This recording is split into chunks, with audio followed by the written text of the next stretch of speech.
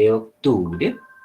Esta actividad se llama Abordaje Clínico de los Ganglios del Cuello, a cargo del miembro del grupo de interés, el doctor Isaac Mendoza Morales.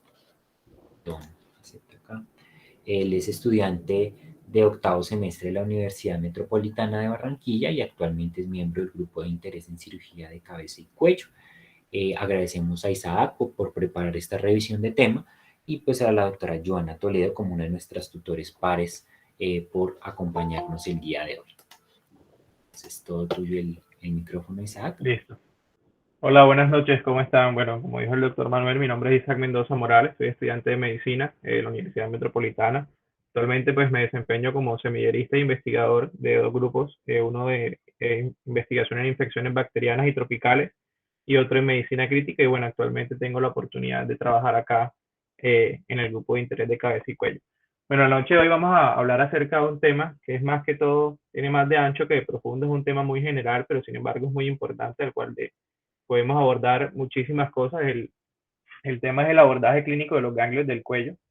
Entonces, en la noche de hoy vamos a plantearnos estos tres objetivos: identificar la distribución anatómica de lo que son los ganglios del cuello, conocer el abordaje exploratorio y precisar los signos indicativos que nos hacen sospechar de una malignidad en los pacientes que presentan una masa en el cuello. Entonces, a modo de generalidades, los ganglios linfáticos, como sabemos, pertenecen pues a lo que viene siendo el sistema inmunológico. Tienen la capacidad de filtrar a través de pues células especializadas, especialmente los glóbulos blancos, y estas pues finalmente van a destruir, eliminar noxas que pues ingresan a nuestro organismo. Como sabemos, pues cualquier indicio de malignidad en nuestro organismo, las cascadas de inflamación que pues ya conocemos, van a generar la inflamación y claramente la aparición de una masa en las estructuras aledañas pues a los ganglios que se inflaman, en este caso los del cuello. Entonces, con relación pues al cuello, yo pienso que es una de las estructuras que tiene más estructuras importantes, más por centímetro cuadrado, y no hace diferencia en lo que vienen siendo los ganglios del cuello. Se dice que de toda la cantidad de ganglios del cuello que tenemos en nuestro organismo, el cuello presenta aproximadamente el 30% de todos esos ganglios linfáticos. Y pues con relación a las adenopatías, al presentar una respuesta inmunológica, claramente pues la inflamación va a ser un indicador de daño o afectación patológica en los órganos. Entonces, con relación a la anatomía, vamos a tener que las cadenas linfáticas las vamos a dividir en 6 niveles. Algunas bibliografías nos hablan de 7 niveles. Tenemos pues del nivel 1 al nivel 7 distribuidos en diferentes triángulos a nivel del cuello. Tenemos acá el nivel 1. ¿Me confirman si se ve el puntero, por favor? No, Isaac, yo no lo sé. Ah, ¿sí se ve? Por favor, Sí. muévelo en este momento. Ah, sí, sí, ya lo veo. Sí, sí, sí. Listo. Bueno, entonces tenemos el primer triángulo, que es el triángulo submandibular. En este primer triángulo se divide en una subdivisión 1A y 1B, el cual está dividido en la parte 1A, la tenemos anterior al músculo digástrico, que este pues tiene relación con el hueso hyoides, y el músculo digástrico, la parte anterior, y el 1B está ubicado, tiene relación anterior con la pared posterior del músculo digástrico y todo el ángulo submandibular. El nivel 1, más que todo, nos va a drenar todas las estructuras de la boca, todo lo que viene siendo labios, encía, piso de la boca, toda la cavidad oral en general. Tenemos posterior al triángulo 1, al nivel 1, tenemos el segundo nivel, el cual está conformado de igual forma por un nivel 2A y un nivel 2B. Acá la separación la hace lo que viene siendo el nervio espinal, lo cual hace una estructura importante con relación a las adenopatías que podemos encontrar en este triángulo. Inferior al triángulo 2A, inferior al nivel 2, perdón, tenemos el nivel 3, el cual está ubicado aproximadamente entre el hueso hyoides y lo que viene siendo la parte superior del cartílago cricoides. En este, pues, va más que todo a drenar todas las estructuras laterales del cuello. Inferior al 3A tenemos el 4, que viene siendo desde la parte inferior del cartílago cricoides y va a llegar hasta lo que viene siendo el primer tercio de la clavícula. Posterior al 4 y al 3 tenemos el 5, que también se divide en 5A y en 5B, y este va a drenar más que todo todas las estructuras posteriores. Ya pues su división está más que todo en el triángulo posterior del cuello. Y finalmente tenemos el nivel 6, que va a estar ubicado en todo lo que viene siendo el compartimiento central, y este pues va a drenar todas las estructuras centrales del cuello. Algunas bibliografías nos describen un séptimo nivel que está inferior a lo que viene siendo el nivel 6, y este nos va a drenar más que todo las estructuras del mediastino. Entonces, con relación a recordando un poco de los aspectos semiológicos, tenemos pues la importancia de la evaluación semiológica del cuello. Lo podemos dividir en inspección y en palpación. La inspección siempre pues vamos a pedirle al paciente que realice diferentes movimientos de extensión, flexión, lateralización a ambos lados y pues vamos a verificar que no encontremos retracciones en los tejidos, que no encontremos masas visibles, cambios en la tumefacción de la piel, entre otras cosas. Y ya que en la palpación vamos, pues, como lo dice su mismo examen, a palpar, vamos a empezar más que todo de orientación cefalocaudal, verificando pues todos los niveles y con las connotaciones anatómicas que mencionamos anteriormente, siempre pues con los pulpejos, sobre todo el dedo índice y dedo medio. La palpación, tanto la inspección se va a hacer de forma comparativa y bilateral, encontrando pues de forma semiológica y fisiológica que no encontremos ninguna alteración. También la importancia pues sobre todo en los pacientes que llegan con sospecha de cáncer de cuello o cualquier adenopatía, siempre es importante la inspección de la cavidad oral, todo lo que viene siendo el compartimiento anterior de la boca, las encías, los dientes y demás, y lo que viene siendo pues el piso de la lengua, los bordes laterales de la lengua y el piso de la boca. Bueno, entonces ya entrando en materia como tal, lo primero que tenemos que tener en cuenta es que los pacientes que nos llegan con una masa en el cuello, posiblemente pues una adenopatía, es tener la primicia de reconocer de que no es una simple masa. Al momento en que nosotros partamos de esta premisa de que no es una simple masa, pues le vamos a dar la importancia que merece el caso. Entonces, con relación a la epidemiología, el doctor Sanabria el año pasado nos regala este artículo que habla acerca de cuáles son las razones por las cuales en Colombia tenemos retraso en el diagnóstico de cabeza y cuello. Entonces nos regala estos 4 puntos importantes, que de todos los tumores malignos de cabeza y cuello representan la sexta causa de cáncer más común, correspondiente a un aproximado un 3 o 4% de todos los tumores diagnosticados tanto en Estados Unidos como en Europa. En nuestro país, del año 2017 al 2011, se diagnosticaron 62.818 cánceres, de los cuales de todo ese grupo, 1.494 correspondían a cánceres que comprometían estructuras de la cabeza y cuello. No hubo discriminación de importancia entre relación al género entre hombres y mujeres. También las principales causas, los principales factores de riesgo fueron el consumo de tabaco y el alcohol. Y en los últimos años hemos tenido un protagonista que pues, ha venido en aumento y es el virus del papiloma humano. De hecho, para el año pasado se esperaba que la epidemiología mostrara más causas de cáncer en la orofaringe a causa del virus del papiloma humano que cánceres de cuello uterino como tal. Y en Colombia el diagnóstico de los tumores de cabeza y cuello, la tendencia es que se hagan de forma tardía y esto pues claramente va a comprometer la morbimortalidad en nuestros pacientes. Entonces tenemos dos razones por las que en nuestro país en general a nivel mundial el cáncer de cabeza y cuello se diagnostica de forma tardía y uno es el componente del paciente. Usualmente los pacientes que viven en zonas rurales pues no tienen un acceso de forma prematura a lo que viene siendo la atención especializada. El bajo nivel socioeconómico también genera una barrera importante en lo que viene siendo la atención médica. Y esta segunda premisa acá, que es solo una masita, de hecho en el artículo que publica el doctor Sanabria, cuando se les pregunta a los pacientes por qué no consultan, y es que la mayoría refería a que ellos esperaban que la masita o la masita, el bulto iba a desaparecer, entonces dejaban pasar el tiempo y no consultaban. Y tenemos el otro componente que retrasa el diagnóstico de los pacientes y es a causa de pues nosotros los grupos médicos. Uno es un enfoque médico inadecuado, a veces el mal enfoque genera una administración de antibióticos hasta en un 70% de los pacientes y terminamos encontrándonos que no era una adenopatía de causa inflamatoria de origen de origen infeccioso, sino el inicio de un cáncer de cuello. También la remisión inoportuna y las citas tardías con el especialista y las mismas pues trabas administrativas. Entonces, los indicios de malignidad tenemos pues estos 4 puntos que nos permite un enfoque adecuado con los pacientes que llegan con una masa de cuello. El primero es la anamnesis, la historia clínica es lo vital acá, junto con el examen físico, verificar pues los factores de riesgo que tenga el paciente, si es un paciente alcohólico, es un paciente fumador, es un paciente con múltiples parejas sexuales, con antecedentes de alguna infección, sobre todo del virus del papiloma humano, como les contaba anteriormente. La edad del paciente acá juega un factor importante. En la mayoría de los menores de 40 años, las masas que se presentan en cuello en su mayoría son de origen benigno Ya en los pacientes mayores de 40 años, ya sí la tendencia es que sean masas de origen maligno. También la ubicación de la masa es importante, la distribución. La mayoría de los niveles afectados son los primeros 3 niveles, donde vamos a encontrar la mayoría de los ganglios de las adenopatías de origen maligno. Las características de la masa, si es una masa en crecimiento constante, si tiene una persistencia mayor a 2 semanas, el número de masas, el tamaño de estas mismas, ¿no? Usualmente tamaños mayores a 1.5 son indicativos de malignidad. La consistencia, si es una masa dura, si es una masa que no tiene movilidad, debido pues la mayoría de las masas que generan indicios de malignidad son masas adheridas a los planos, por lo tanto son masas poco móviles. También la sensibilidad, los signos de inflamación en las benignas o más que todo en las transitorias, sí, vamos a encontrar signos inflamatorios y esto es por causa de que usualmente son adenopatías de origen infeccioso.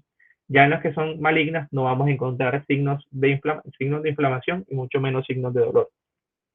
Y siempre verificar el compromiso de los nervios craneales debido pues que, como sabemos, el cuello tiene un paquete nervioso importante, por lo tanto, un crecimiento de una masa puede generar compresión en los nervios craneales que atraviesan pues las estructuras del cuello y generar pues anomalías en el desarrollo y generan compromiso en la actividad de los nervios craneales. Y pues como último, anexos del examen físico, tenemos los siguientes. La tablita pues puede ser un poco tediosa, pero vamos a explicarlo lo mejor posible. Los anexos del examen físico tenemos acá lo que viene siendo la revisión de la piel y el cuero cabelludo. Siempre podemos encontrar ulceraciones y diferentes lesiones que también pueden ser indicativos de que estamos ante un proceso maligno. La otoscopia, siempre verificar, hacerlo pues un examen completo al paciente con relación a la otoscopia, verificación de la funcionalidad normal de los nervios craneales. La inspección acá de la cavidad oral genera un factor fundamental. Muchas veces se omite este paso y encontramos signos indicativos de malignidad en la cavidad oral que por una mala praxis en el examen físico terminamos omitiendo. Siempre verificar lo que viene siendo la orofaringe, la parte profunda pues de la cavidad oral, lo que viene siendo las amígdalas y demás, cavidad nasal, nasofaringe, el mismo cuello como tal, verificar pues el comportamiento y la tendencia morfológica de las masas, las glándulas salivales y por supuesto la glándula tiroides. Como sabemos, la mayoría de las masas que aparecen en el cuello son asociadas a la tiroides. Bueno, entonces, ¿cuáles son los signos indicativos de un proceso maligno relacionado con adenopatías? Uno es que en el momento de la consulta y pues los exámenes y sí, la consulta en general, descartemos de que la masa tenga un origen infeccioso. Al momento en que nosotros confirmemos de que no es un origen infeccioso, ya es un indicativo de que puede ser un origen maligno. Dos, la persistencia de la masa. Mucho se ha discutido acerca de este caso y pues se llegó al consenso que una masa que persista por más de 2 semanas ya es indicativa de malignidad o sospechosa por lo menos. Que la masa tenga compromiso de la movilidad del cuello también es importante, que tenga una textura firme y una adherencia a los planos. El tamaño mayor a 1.5, algunas bibliografías nos comentan que mayor a 2 centímetros también son indicativas de nódulos metastásicos o nódulos malignos y ulceraciones en la piel. Probablemente puede ser por una compresión y una adherencia bastante marcada de la masa simplemente no, o nos estamos enfrentando a un cáncer de piel o a una ulceración de piel. Entonces, al momento en que nosotros tengamos ya estos 6 puntos que nos permitan de pronto tener una tendencia a una sospecha alta de un proceso maligno, nos acompañan también estos 14 puntos de acá que nos pueden sustentar y darle un poco más de firmeza a esa sospecha. Entonces, en los pacientes mayores de 40 años es más común la tendencia a aparición de nódulos malignos, pacientes con antecedentes de consumo de tabaco y alcohol, pacientes que presenten faringitis y disfagia, otalgia ipsilateral, es decir, otalgia unilateral, que tengan ulceraciones o cualquier lesión en la cavidad oral y en la orofaringe, cambios recientes en la voz, masas que generen obstrucción en las vías nasales, pérdida de peso sin explicación o de forma involuntaria, historias de tratamiento por un posible antecedente de cáncer de cuello, puede ser, nos podemos estar enfrentando a una recidiva de cualquier estructura del cuello, que tenga el paciente tendencias o retracciones en la piel, y que tengan lesiones asociadas a nervios craneales por compresión de las mismas masas. Entonces, en caso de que lo que les acabo de comentar no encaje por ningún lado en nuestro paciente, lo más probable es que no nos estemos enfrentando a un proceso maligno, sino a un proceso transitorio en lo posible. Sin embargo, la guía nos hace la aclaración de que a pesar de que el paciente no cumpla gran parte de los requisitos de malignidad, no podemos abandonar al paciente. Es decir, tenemos que hacerle un seguimiento muy estricto al paciente, por lo menos por las siguientes 6 semanas. Entonces, lo primero, si ya comprobamos que el paciente no presenta un signo de malignidad o no entra dentro de nuestro espectro y hay sospecha de infección transitoria, una infección bacteriana o viral, se genera un esquema pues, antibiótico en el caso de las infecciones bacterianas, se hace un seguimiento con relación al tamaño y a las características de la masa, le hace una educación al paciente de cuáles son los posibles signos indicativos de malignidad que pueden aparecer en los próximos días o semanas, y es dificultad o dolor en los movimientos del cuello. También el paciente presenta cambios en la voz, presenta fiebre, presenta pérdida de peso o cualquier otro signo que el paciente pues lo haga sospechar y le obligue a consultar nuevamente. Y pues ya si durante el tratamiento que se indique en ese momento el paciente o la masa remite, ya pues descartamos totalmente un proceso maligno. En caso de que la masa persista por más de por más de 3 semanas, a pesar de tratamiento, ya pues se hace la reevaluación nuevamente, se hace la consulta y pues ya se reevalúa la posibilidad de que el paciente sí tenga una masa de origen neoplásico. Entonces, tenemos diferentes herramientas que nos permiten confirmar y sustentar el diagnóstico en los pacientes en los que sospechamos, y son las herramientas imagenológicas. Estas nos permiten pues la localización y caracterización de las masas, evaluación de las masas anexas que de pronto durante el examen físico no palpamos o no se ven a simple vista. Las imágenes pues nos permiten valorar estas masas, la presencia de tumores primarios a nivel del cuello, y confirmar o descartar diagnósticos diferenciales. Probablemente estemos enfocando al paciente de una forma equívoca y las imágenes nos permiten redireccionar ese diagnóstico.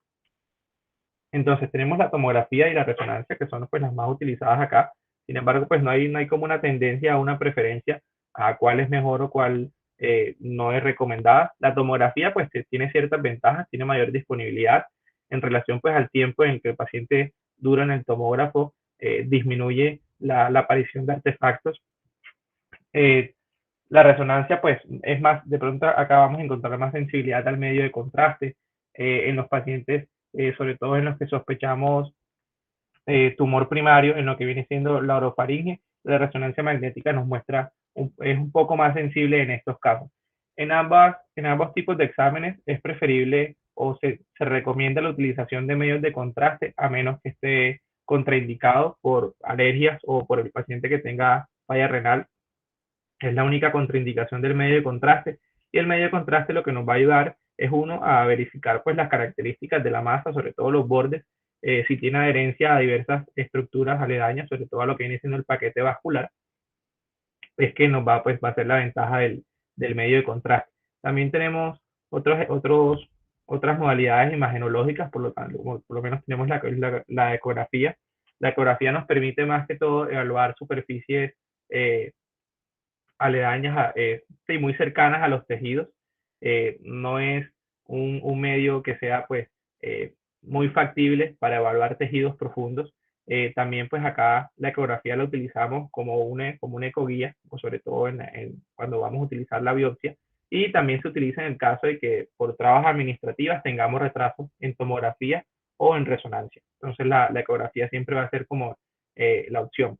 Y también tenemos otra que viene siendo el PET escáner, que se utiliza más que todo cuando se sospecha que la aparición de la adenopatía o la masa en el cuello es secundaria a un tumor distal a este. Entonces, con relación a la toma de la biopsia, se prefiere el backup con relación a la biopsia abierta. Uno, porque es un método seguro, es costo efectivo, tiene buena sensibilidad y buena especificidad. La biopsia hoy en día no es muy recomendada o no es muy utilizada a menos que sospechemos en un paciente con linfoma, es que se prefiere la biopsia, porque en los pacientes con linfoma el BACAF no es recomendado debido a que muchas veces los ganglios los vamos a encontrar con centros necróticos, entonces la toma de la muestra no va a ser muy adecuada. La biopsia, las desventajas de la biopsia es que uno, pues es la intervención. Esa intervención nos puede, en caso de que sea un proceso maligno, nos puede generar, aumentar el riesgo de diseminación tanto local como sistémica del proceso neoplásico. Entonces no se prefiere mucho y siempre se considera como la última opción con relación a la biopsia. Entonces el BACAF es el que tiene una mejor sensibilidad. En caso de que nosotros hagamos toda la batería de exámenes, tanto el examen físico, semiológico, historia clínica, imagenológicos, y el paciente aún no logremos encontrar realmente qué es lo que tiene, agregamos pues esta batería de exámenes, siempre tratar de hacer los exámenes de forma dirigida, es decir, no indicar los exámenes por salir del paso, sino que siempre bajo la sospecha, y más que todo acá vamos a averiguar lo que viene siendo el perfil tiroideo, y diferentes pues condiciones que generen infección y que provoquen adenopatías. Entonces, por lo menos tenemos lo que es el citomegalovirus, VIH, virus de Epstein-Barr, tenemos pues todo lo que viene siendo el perfil tiroideo, perfil parotidio, tiroglobulina y claramente pues lo que les comentaba el ultrasonido, que es más que todo utilizado en tejidos superficiales.